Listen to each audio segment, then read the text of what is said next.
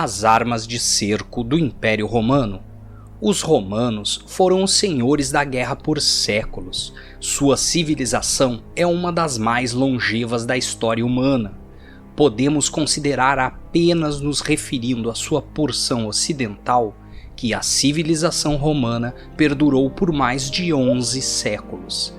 Ela começou com um início modesto em 753 antes da Era Comum, com a fundação de um pequeno assentamento às margens do rio Tibre, que deu origem à cidade de Roma.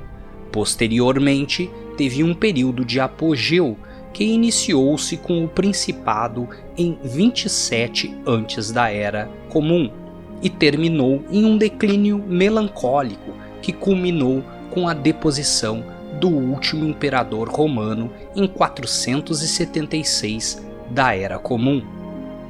Muito antes de ser formulada a máxima de Vegésio, se queres a paz, prepara-te para a guerra, esta era a pedra fundamental da política externa romana, e seu exército permaneceu sem rival durante séculos.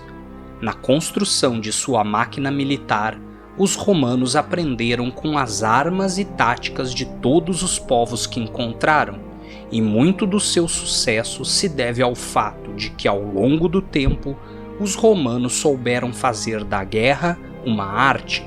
Suas legiões dominaram grande parte do mundo conhecido e formaram uma máquina militar avassaladora, forjando na glória dos campos de batalha a maior civilização da história ocidental. Os romanos eram criados para a arte da guerra. A aristocracia produziu brilhantes generais como Pompeu e Júlio César, e a plebe forneceu destemidos soldados para a melhor infantaria de seu tempo.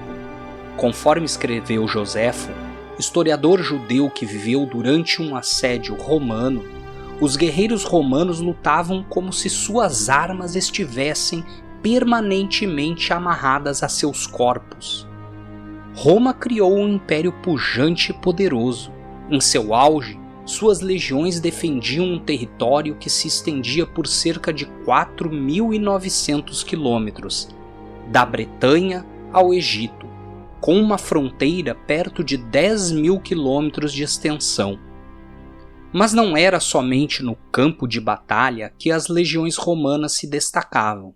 Seu poder, tecnologia e engenhosidade também podiam ser vistos nos cercos às cidades dos inimigos.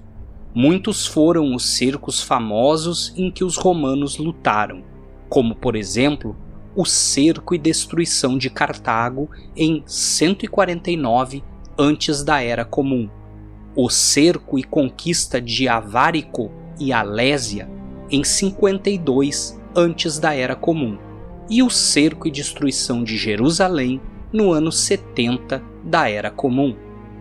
Nestas ocasiões, os romanos construíram e se utilizaram de muralhas, torres de assalto, catapultas, túneis de destruição, onagros, escadas de assalto, balistas e diversos outros equipamentos que faziam das legiões romanas tropas únicas no mundo antigo, tornando os soldados de Roma, além de ótimos guerreiros, também excelentes engenheiros.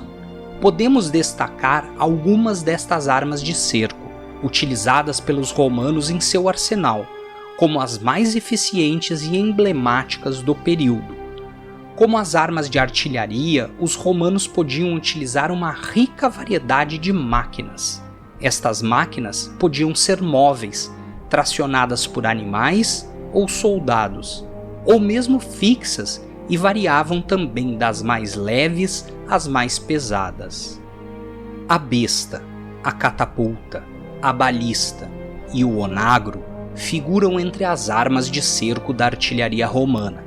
Estas armas podiam arremessar projéteis dos mais variados tipos, como bolas de pedra, pedregulhos, bolas de tecido incendiárias, dardos incendiários, entre outros, A catapulta romana e o onagro podiam até mesmo lançar chumbo derretido, através da adaptação de uma grande colher de bronze em seu braço de arremesso. O alcance destas armas variava muito. As menores, manuseadas por 3 ou 8 homens, atingiam de 30 a 50 metros. No entanto, versões maiores, montadas e manuseadas por dezenas de homens, podiam atingir até os 600 metros. Vale destacar que o onagro, uma evolução da catapulta, configura-se em uma arma de artilharia pesada, que podia, em sua maior versão, arremessar pedregulhos de até 30 quilos a uma distância até maior que os 600 metros. Outra arma emblemática do arsenal romano era o escorpião, uma potente arma de arremesso que deve seu nome às suas pinças serem semelhantes às do animal. Foi uma máquina de guerra precisa e mortal, capaz de eliminar a grande distância soldados inimigos que podiam estar em cima de uma muralha, ou alvejar alvos específicos e importantes do inimigo, com grande precisão, como um capitão que se expunha ao perigo. É uma versão de balista pequena e mais precisa, de trajetória tensa e rápida, que usa a força elástica para arremessar seus projéteis. Para atacar as muralhas, os romanos utilizavam grandes, poderosas e engenhosas torres de assédio, que se estendiam na altura da muralha inimiga. De sua parte alta lançavam uma ponte levadiça, para que a infantaria que estava aguardando dentro da torre pudesse sair e combater o inimigo em cima das muralhas. Do alto da torre, soldados faziam chover projéteis sobre os defensores. É importante ressaltar que no período anterior ao assalto propriamente dito, os romanos preparavam o terreno com uma série de rampas, casamatas, pontes e toda uma infinidade de trabalhos de engenharia para garantir o máximo de sucesso e segurança no ataque final. Enquanto os soldados romanos assaltavam as muralhas inimigas com suas grandes torres de assédio e lançavam toda uma chuva de projéteis através das muitas máquinas de artilharia, os portões também eram atacados por mortíferos arietes, dos mais variados tipos e tamanhos.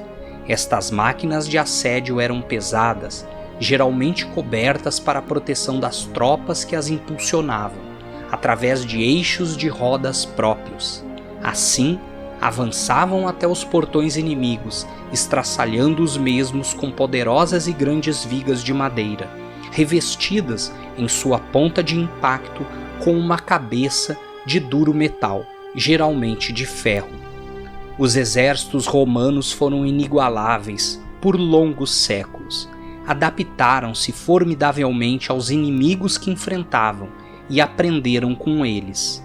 As legiões de Roma formaram uma máquina bélica à frente do seu tempo.